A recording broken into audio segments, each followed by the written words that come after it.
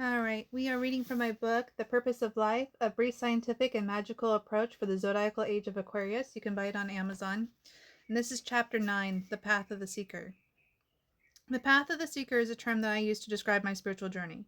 Everyone's path is different. Some may choose to dedicate themselves only to one spiritual approach to life. Others may choose to be more inclusive. I prefer a loose term for what I practice so that it is never boxed into a dogmatic perspective that has to be 100% one way or another. I like to leave a lot of room for error, since making mistakes and learning from them is one of the greatest strengths that humanity possesses. When I set out, I was looking for universal truth and a faith in divinity. I didn't have much faith in anything at all, believing this was a cruel world of chaos with no justification. The man in the sky who could see everything I did, like Santa Claus around Christmas, but did nothing to protect me from life's harshness, never appealed to me. Personally, I never thought I would find answers. I thought I would find only more mysteries, like Jesus mysteriously hinting that there were teachings given only to the apostles and lost in antiquity. I was told by many it was a pointless quest. I was told there was no good answers and to accept the commonly held beliefs.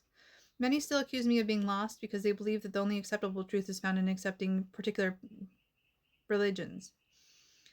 Most don't actually ever read the Bible cover to cover. I have, or study the religion that Jesus actually practiced, Kabbalah. Those who are beholden to atheism simply consider everyone who believes in divinity to be insane, religious or not. I'm glad I didn't listen, for instead I found plenty of answers, good answers, and the ones that I felt explained humanity's purpose well enough to justify the suffering. In fact, it cast a light of honor on every soul that chooses to incarnate on Earth. One of my favorite teachers, Jamie Sams, who teaches Indigenous North American beliefs, explains that the path is a spiral. We always come back to the places we've been and the lessons we are meant to learn. Sometimes the physical location changes and the exact players change, but the situation is the same. Depending on our choices and what we have learned from previous cycles, we can either make the same mistakes again, spiraling downward, as it were, or behave differently based on hard-won knowledge. Jamie Sams in Dancing the Dream, The Seven Sacred Paths of Human Transformation, explains it this way. 7 paths of transformation are never forced upon us. They present themselves as opportunities. We may feel that we are at the mercy of life's events. But even amid tragedy, fears, or loss, we are given choices and the opportunity to wake up. Page 4. Rabbi Rav Michael Lightman in The Path of the Kabbalah explains that the path will still go up and down, but those lows or highs will be less dramatic in life. In Buddhism, the path to enlightenment is referred to as the Eightfold Path, which sounds a bit ambiguous. The Eightfolds are right understanding, right speech, right action, right livelihood, right effort, right mindfulness, and right concentration. Finally, in the tarot, there are 7 cards that Paul Foster Case describes as the path of the seeker. I was referring to my path in this way long before I found the tarot keys, as described by Paul Foster Case and Jason Lauderhand, author of Thursday Night Tarot. The path that those 7 keys depict is deeply complicated and deserves meditation. In my book, The Path of the Seeker, I will explain them in depth, and I've shared them on my YouTube channel. The cards are the Devil, the Tower, the Star, the Moon, the Sun, Judgment, and the World. The one I want to talk about here is the Moon card that depicts the entire path of the Seeker. The card depicts a crustacean that looks like a lobster coming out of the ocean. This represents us when we first step onto the path of the Seeker, with the hard shell representing our ego. The rocks along the shoreline and the vegetation represents the experience of being a part of the mineral and plant kingdoms along our journey. This corresponds perfectly with the North American indigenous belief of the age of the mineral and the age of the plant. Next comes 2 animals. On one side is the wild wolf representing a mind untamed by meditation. On the other is the domesticated dog representing a tame mind. This would correspond to the age of the animal in the indigenous tradition. This is analogous to the age of Pisces, where the consciousness and subconscious worked against one another. There are 2 towers with battlements representing man. They are similar to the tower card, representing a much bigger ego than one of the crustaceans. I will let Paul Foster Case explain the rest. The path rises and falls, suggesting periodicity, wave, motion, vibration, yet it continually ascends, so that as one progresses, the time comes when his most depressed states of consciousness are at a higher level than some of his earlier exaltation. The path can be a lonely one. Most people who believe in a higher power go the easy route of the organized religions where they only devote one day a week to building a relationship with divinity, or choose not to believe at all. I have found on my own journey that building a direct relationship with divinity without the interference of something claiming to be an authority is far more rewarding than I ever imagined.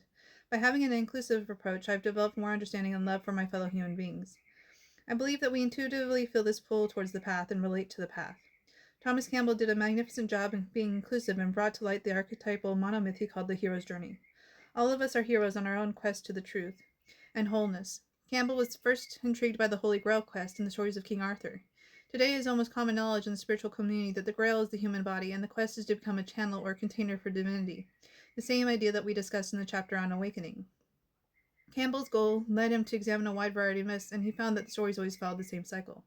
There is the call to the adventure, usually initiated by a dark night of the soul. The encounter with a teacher such as a fairy godmother or magician like Merlin, Thomas Campbell himself filled this role for many. Then the confrontation with the antagonist, usually a father-like figure. Or there is a theft of something that does not go well. Then there is apotheosis, a lesson learned or knowledge gained. And finally, the return to normal life that is never quite the same. This is the perfect example of the spiral path. Bilbo Baggins was called out on an adventure and never intended to take another, until Frodo ended up with the One Ring. That is just one classic example of the hero's journey. Yet all of us are on the hero's journey in our own life. We face our inner dragon of fear and self-loathing every time we encounter the dark night of the soul. We can see the same journey laid out in the heavens above by divinity itself.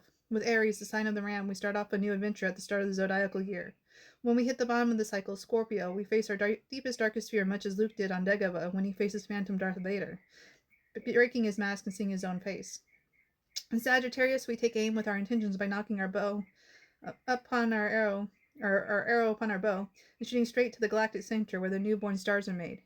At the end, we return to the ocean of oneness that is Pisces. In a way, as a collective, we go on this journey every year as the sun travels through the 12 constellations. We can choose to be active participants aware of the universal forces, or we can be buffeted by them as a victim, not believing there is rhyme or reason. The path, the Great Sky Road, according to the indigenous and North Americans, has literally been laid out in the stars above, showing that even though we may be consciously separated from divinity, a path is laid out for us.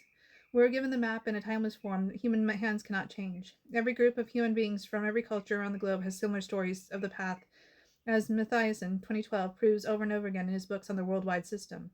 We can dismiss the possibility of focusing on the accepted creations of man because it is too grand and too large a gift, or we can accept that we are so loved the path has always been illuminated and known.